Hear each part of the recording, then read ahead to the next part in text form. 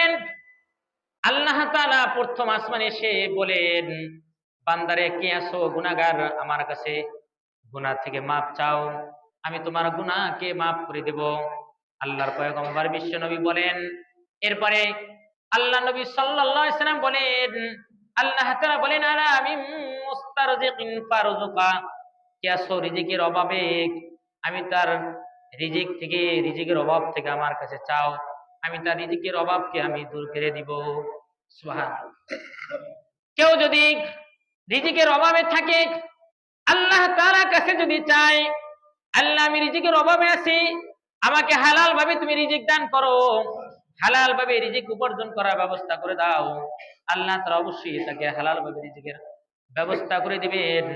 আর কেউ যদি চায়, তার দিলের ভিতরে অন্তরের ভিতরে যদি হারাম কামানোর যদি ইচ্ছা থাকে, সে এবং তাকে আল্লাহ তাআলাও তাকে এরকম হারামের ব্যবস্থা করে দেয়। চাইতে হবে হালাল ভাবে, আল্লাহ আপনি আমাকে হালাল রিজিকের ব্যবস্থা করেন, আল্লাহ তাআলা তাকে হালাল রিজিক খাওয়াবে। আর যে চিন্তা করে সারাদিন দিমাগের ভিতরে রাখে হারাম ভাবে কিভাবে সে কামাই করবে, তাহলে আল্লাহ তাআলা তাকে হারামের ব্যবস্থা করে দেয়। বহুত মানুষ আছে, খোঁজ নিলে দেখা যায়। এই জন্য আল্লাহ তাআলার কাছে হালাল রিজিক চাওয়া শুধু রিজিক চাওয়া না, আল্লাহ তাআলাকে যে কি রিজিক চাইতে হবে, হালাল রিজিক চাইতে হবে। আলা মিন মুস্তারজিকিন ফারজুকা, আল্লাহ তাআলা বান্দাকে বলেন, কে আছো অভাবগ্রস্ত, রিজিক থেকে অভাবের ভিতর আছো, আমার কাছে রিজিক থেকে অভাব থেকে আমার কাছে দোয়া করো, আমার কাছে চাও, আমি তোমার রিজিকের অভাব দূর করে দেব। আল্লাহ রাসূল সাল্লাল্লাহু আলাইহি সাল্লাম বলেন, আল্লাহ তাআলা বান্দাকে আরো ডাক দিয়ে বলেন, আলা মিন মুবতারান ফাওয়াফিয়া, কে আছো অভাবগ্রস্ত বিপদের ভিতর আছো, আমার কাছে বিপদ থেকে অভাবগ্রস্ত থেকে আমার কাছে চাও, আমি আল্লাহ তাআলা তোমাকে বিপদ থেকে রক্ষা করব।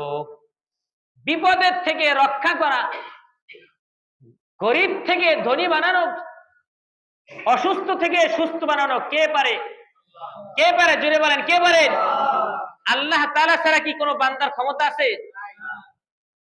একজন মানুষ যদি সে ক্যান্সারের রোগী হয়ে যায়, দুনিয়ার সমস্ত ডাক্তার দেখানো শেষ, কিন্তু আল্লাহ তাআলা তাকে সুস্থ বানাবেন না।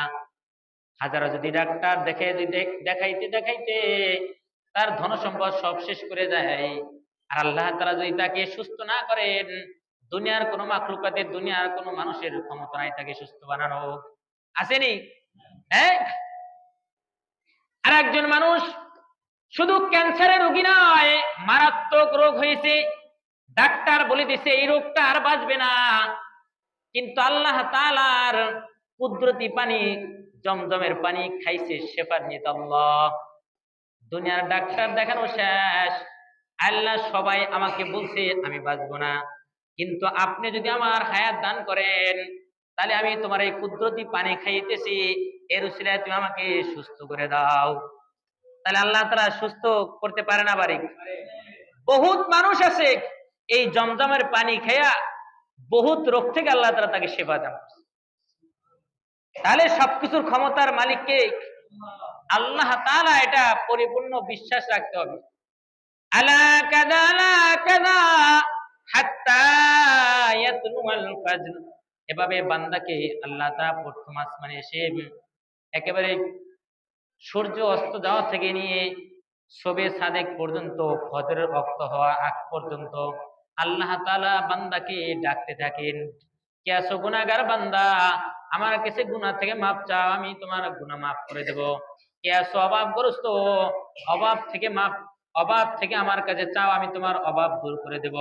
কে আছো বিপদগ্রস্ত, আমার কাছে বিপদ থেকে মুক্তি চাও, আমি আল্লাহ তাআলা তোমাকে আমি বিপদ থেকে মুক্তি দিয়ে দেব।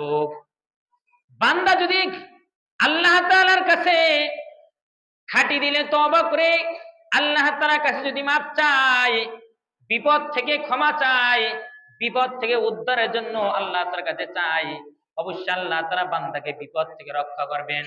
অসুস্থ থেকে যদি আল্লাহ তাআলার কাছে মুক্তি চায়, আল্লাহ তাআলা অসুস্থ থেকে সুস্থ করে দিবেন। যদি বান্দা আল্লাহ তাআলার কাছে গুনাহ থেকে মাপ চায়, আল্লাহ তাআলা তাকে গুনাহ থেকে মাফ করে দিবেন। যদি রিজিকের অভাব থাকে, রিজিকের অভাব থেকে যদি আল্লাহ তাআলা কাছে, আল্লাহ আমাকে অভাব থেকে তুমি মুক্তি দিয়ে দাও। আল্লাহ তাআলা বান্দাকে অভাব থেকে মুক্তি দিয়ে দিবে। বান্দার চাইতে হবে, যে চাওয়ার মতন যদি চায় অবশ্যই আল্লাহ তাআলা বান্দাকে ওভাবেই দিবে। যে এই সবে কদরের রাত্র এমন একটা রাত্র, এমন একটা গুরুত্বপূর্ণ রাত্র, হাদিসে পাকের ভিতর আসছে, হযরত আম্মা জানা আয়েশা রাদিয়াল্লাহু তাআলা আনহা হাদিসে পাকের ভিতরে বলেন, আমার যে সতীন ছিল 11 জন সতীন আমাকে সহ, এই প্রত্যেকটা সতীনের ঘরে ঘরে এক এক দিন আল্লাহর পয়গম্বরের পালা বন্টন থাকতো। আল্লাহর পয়গম্বর অমুক সতীনের দিন অমুক দিন, অমুক সতীনের দিন অমুক দিন, এভাবে পালা বন্টন থাকতো।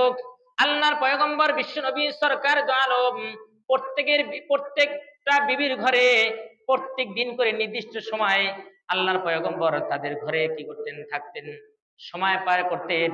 কিন্তু আল্লাহর পয়গম্বর ফরজ, ওয়াজিব, নফল, তাহাজ্জুদ সবগুলো ঠিক মতন আদায় করতেন, বিবিকেও সময় দিতেন। হযরত আম্মা জান আয়েশা বলেন, এই শবে বরাতের রাত্রি দিন হঠাৎ আমার ঘরে একদিন পালা বন্টনের দিন ছিল। এই দিন আল্লাহর পয়গম্বর বিশ্বনবী আমার ঘরে থাকবেন, আমার কামরায় থাকবেন। আল্লাহর পয়গম্বর বিশ্বনবী আমার ঘরের ভিতরে প্রবেশ করছেন, জামা খুলছেন, জামা খুলে আবার তিনি গায়ে পরিধান করছেন, আবার ঘর থেকে তিনি বের হয়ে গেছেন। হঠাৎ করে আমি চমকে গেলাম, কি হইল?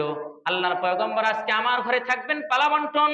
তিনি জামা খুললেন, আবার জামা পরিধান করলেন, বুঝতে পারলাম না। আমি নিজে নিজে ধারণা করলাম হয়তো আল্লাহর পয়গম্বর অন্য কোনো বিবির ঘরে থাকবেন। এই জন্য আমি